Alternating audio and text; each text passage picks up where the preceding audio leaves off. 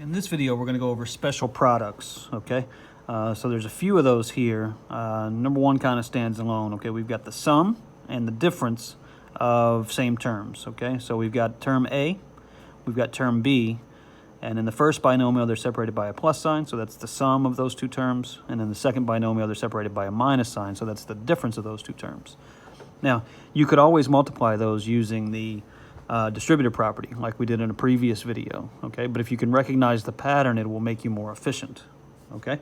So the sum of two terms and the difference of two terms, when we're multiplying those together, it's just going to be a squared minus b squared. The middle two terms that you would get when you're using the distributive property are going to be opposites, so they're going to cancel out. So again, recognizing that you've got the sum and difference of two terms and understanding what that special product is going to make things easier for you.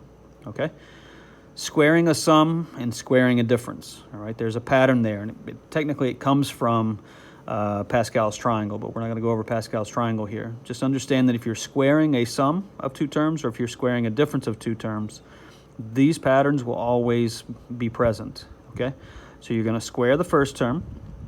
You're going to multiply these two terms together and double that. So it's 2 times A times B.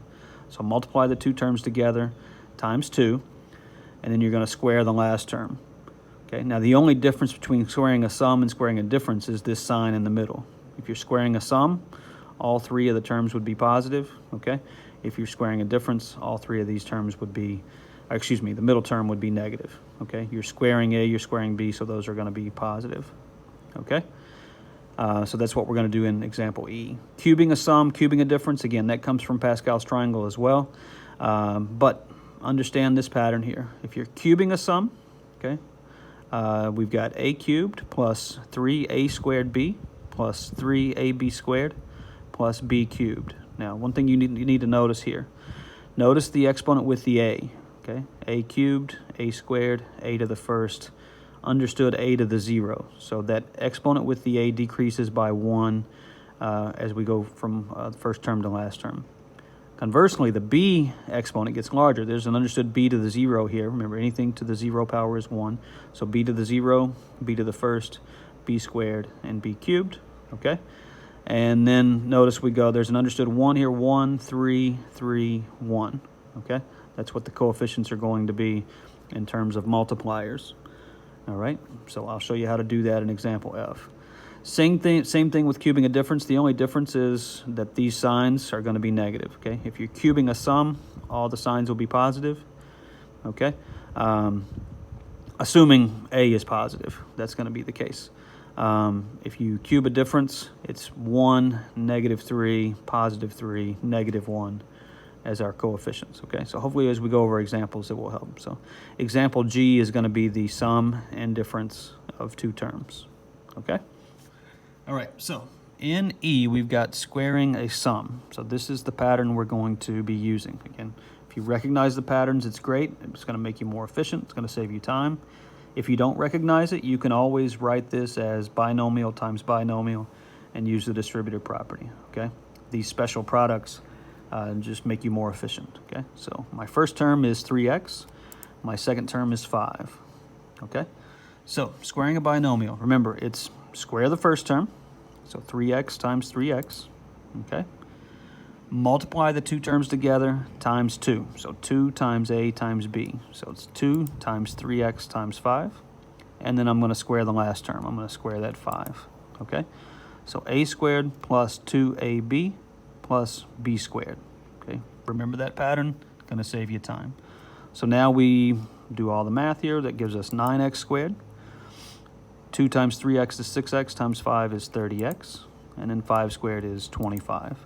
So when I square this binomial, I get this trinomial, 9x squared plus 30x plus 25, okay? All right, on to F, cubing a difference. So this is the pattern I want to use, okay?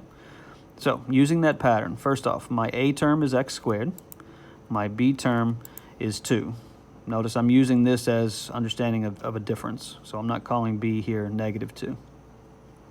All right, so first thing, I'm going to cube A, so x squared to the 3rd power.